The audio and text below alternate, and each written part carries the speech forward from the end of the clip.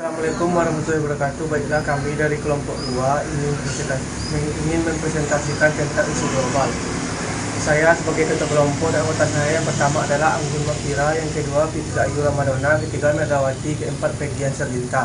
Pertama adalah pengertian isu global. Isu global merupakan setiap permasalahan lingkungan, peristiwa, dan dampak yang ditimbulkan dari permasalahan tersebut yang mengakibatkan dampak luas dan serius bagi dunia serta menyeluruh sehingga menyita perhatian masyarakat global. Beberapa contoh kasus isu aktual saat ini diantaranya, yang pertama, banyaknya tindakan korupsi yang menjerat pejabat di negara Indonesia. Kedua adalah maraknya pengedaran narkoba di Indonesia. Yang ketiga adalah kurangnya perhatian pemerintah terhadap krisis ekonomi dan yang melanda terutama pada rakyat menengah ke bawah. Teknik penapisan isu dengan metode APKL, aktual, problematik, kelayakan. Isu yang pertama, kurangnya pengawasan pemerintah terhadap pengedaran narkoba di Indonesia. Aktualnya bernilai 5, problematiknya 5, kelayakan 5, dengan jumlah 20. Ini menjadi isu prioritas yang pertama. Isu yang kedua, banyaknya tindakan korupsi yang melibatkan pejabat negara di Indonesia. Aktualnya 5, problematiknya 5, kelayakan 4, dengan jumlah 18. Ini menjadi isu prioritas yang kedua. Isu yang ketiga, kurangnya perhatian pemerintah terhadap krisis ekonomi yang melanda, terutama untuk rakyat menengah ke bawah di Indonesia. Aktualnya 3, problematiknya 5, kelayakan 4, jumlahnya menjadi 16 dan ini menjadi isu prioritas yang ketiga. Dengan metode APKL, kami memutuskan bahwa isu tentang kurangnya pengawasan pemerintah terhadap pengedaran narkoba di Indonesia menjadi prioritas utama di antara isu kontemporer yang lainnya. Narkoba. Narkoba adalah zat atau obat baik yang bersifat alamiah, sintetis, maupun semi-sintetis yang menimbulkan efek penurunan kesadaran, halusinasi, serta daya rangsang. Sementara menurut Undang-Undang Narkoba Pasal 1 Ayat 1 menyatakan bahwa narkoba merupakan zat buatan ataupun yang berasal dari tanaman yang memberikan efek halusinasi, menurunnya kesadaran, serta menyebabkan kecanduan. Penggolongan narkoba. Narkoba golongan pertama digunakan untuk kepentingan ilmu pengetahuan dan tidak untuk terapi, karena dapat berpotensi ketergantungan seperti ekstasi.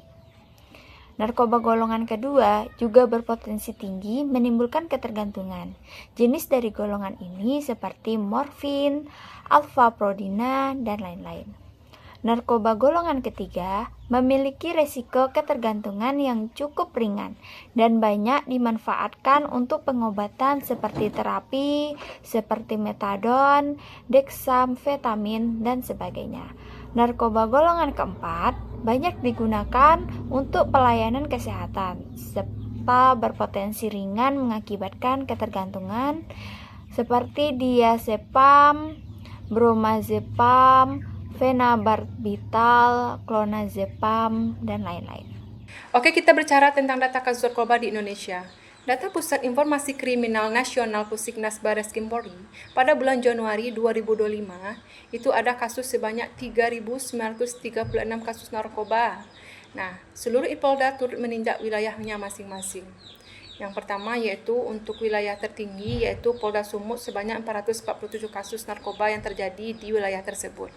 Kemudian untuk wilayah yang terendah yaitu Polda NTT sebanyak 5 kasus. Nah, dari data kasus narkoba di atas yaitu data dari Pusiknas Bareskrim Polri pada bulan Januari 2025 itu sebanyak 821 kasus narkoba melibatkan remaja dan mahasiswa. Jumlah ini mencerminkan semakin banyaknya kalangan pelajar dan mahasiswa yang terjerat dalam kasus narkoba. Nah, baik dia memakai ataupun mengedar. Jika dibandingkan dengan data 2024, di mana terdapat 7.319 pelajar dan mahasiswa yang menjadi terlapor Angka kasus pada Januari 2005 sudah mencapai 11,21% dari total kasus narkoba di sepanjang tahun 2024. Kemudian, dampak narkoba jika tidak dicegah atau diantisipasi, yaitu secara fisik akan mengalami kerusakan organ tubuh seperti hati, paru-paru, dan otak. Ini dalam konteks kesehatannya. Kemudian secara mental, adanya gangguan kejiwaan, depresi, dan halusinasi. Kemudian secara sosial kita kehilangan kepercayaan, terjerat hukum, dan rusaknya hubungan dengan keluarga serta lingkungan. Nah, secara ekonomi, ketergantungan menyebabkan kehilangan produktivitas dan biaya besar untuk pengobatan. Selanjutnya, identifikasi isu dengan metode USG. Yang pertama yaitu kita sudah menentukan temanya tadi, narkoba. Isu aktualnya itu ada 3. Yang pertama, kurangnya kesadaran masyarakat untuk diri dan lingkungan akan dampak dan bahaya penggunaan narkoba di Indonesia. Nah, itu nilai USG-nya 4, 5, dan 5. Jadi total nilai ada 14. Nah, itu ada pada posisi pertama. Yang kedua ada meningkatnya penggunaan narkoba terutama di kalangan remaja di Indonesia. Itu poinnya ada 3, 4, 4 dengan jumlah nilai 11, itu ada di posisi kedua.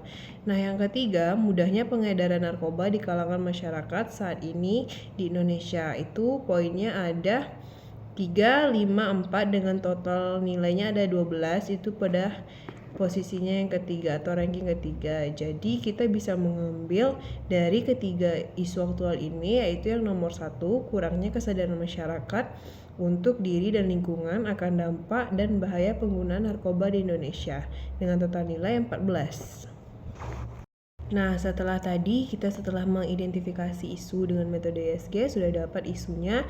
Sekarang bagaimana cara kita memberikan alternatif pemecahan masalah? Yaitu yang pertama yang harus kita lakukan adalah memberikan penyuluhan. Memberikan penyuluhan di kalangan masyarakat terkait tentang bagaimana penyalahgunaan narkoba.